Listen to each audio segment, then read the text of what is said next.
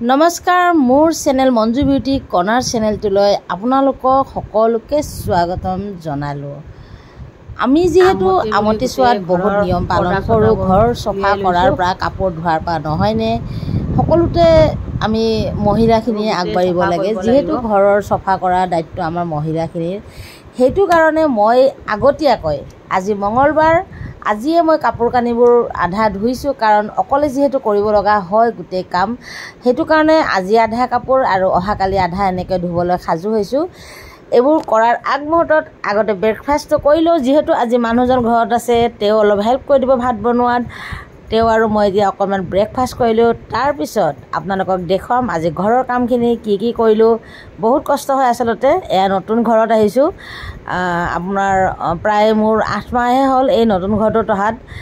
কাপোৰ কানি তেনেকৈ মই বেছি অনাই নাছিলোঁ, যিহেতু বেগৰ ভিতৰতে সোমোৱা আছে, গতিকে ভাবি থৈছিলোঁ যে আমতি চোৱা শেষ হোৱাৰ পিছত মই বেগৰ কাপোৰখিনি চিজিল কৰিম, কাৰণ সেইবোৰ উলিয়াই ল'লে আকৌ পুনৰ ধুব লাগিব। গতিকে ভালেই হ'ল, আনি থোৱাৰ পিছত মই বেগবোৰ খোলা নাছিলোঁ। এতিয়া এটা ৰুমত গোটেইখিনি বস্তু মই ষ্ট'ৰ কৰিছোঁ, আপোনালোকক দেখুৱাম। তাৰ আগত ব্ৰেকফাষ্টটো কৰি লওঁ দেই। আগে পেটটো পূজা কৰি লওঁ কামবোৰ কৰাৰ আগত, হয়নে। এয়া অ'টছ, যিহেতু চুগাৰ ফ্ৰী অ'টছ, এয়া মালিকে খায়। আমাৰ ঘৰত চেনিটো খুব কমেই চলে,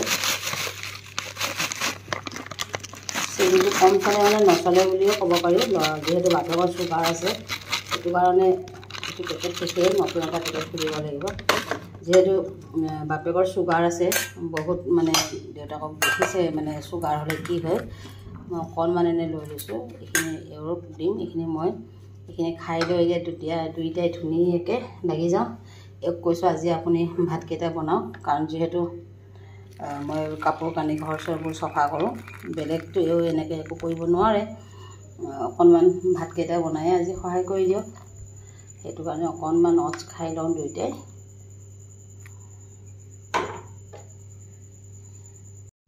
এনেকৈ বেগবিলাকত কাপোৰ সোমাই ৰাখি থৈ দিছোঁ, যাতে মই গোটেইবোৰ ধুব নালাগে।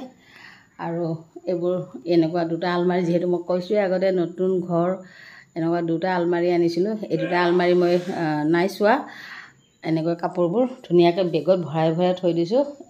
আমতি যোৱাৰ পিছতহে এইবিলাক মই চুম, আৰু এইবোৰ ধুনীয়াকৈ চিজিল কৰি চবতে থৈ দিম আলমাৰিবোৰত। এইবোৰ এনেকৈ চব আজি ৰ'দত দি দিছোঁ। এইবোৰ খিৰিকীৰ পৰ্দাবোৰ লাৰি থাকিব লাগে যিহেতু, আৰু দৰ্জাখনৰ পৰ্দাবোৰ মই এনেকৈ থৈ দিছিলোঁ, কাৰণ ইমানখিনি কাপোৰ ধোৱাটো মোৰ কাৰণে সম্ভৱ নহয় অকলে। এনেকৈ পৰ্দাবোৰ এনেকৈ থৈ দিছিলোঁ দুৱাৰমুখৰ। ধুম, লাহেকৈ ধুম, একেলগে বহুত কাপোৰ হৈ যায়, সেইটো কাৰণে মই এনেকৈ থৈ দিছিলোঁ উঠাই। যিহেতু আমাৰ মহিলাৰ মাহেকীয়া হ'লে আমি কাপোৰ একো নুচোঁ নহয়নে, ঠিক তেনেকৈ আমতিতো আমি এনেকৈ গোটেই ঘৰৰ কাপোৰবোৰ ধুওঁ, যিহেতু পূজা পাতল কৰি থাকিব লাগে নহয়নে, ঘৰতো বা নামঘৰতো আমি যাওঁ। সেইটো কাৰণে যিবোৰ কাপোৰ সদায় মানে চুই থকা যায় এইবোৰ গোটেই কাপোৰ ধুওঁ, কাৰণ আমতি বুলিলেতো গোটেই ঘৰৰ কাপোৰ ধুবই লাগে নহয়নে। সেইটো কাৰণে মই প্ৰায় কাপোৰ আধা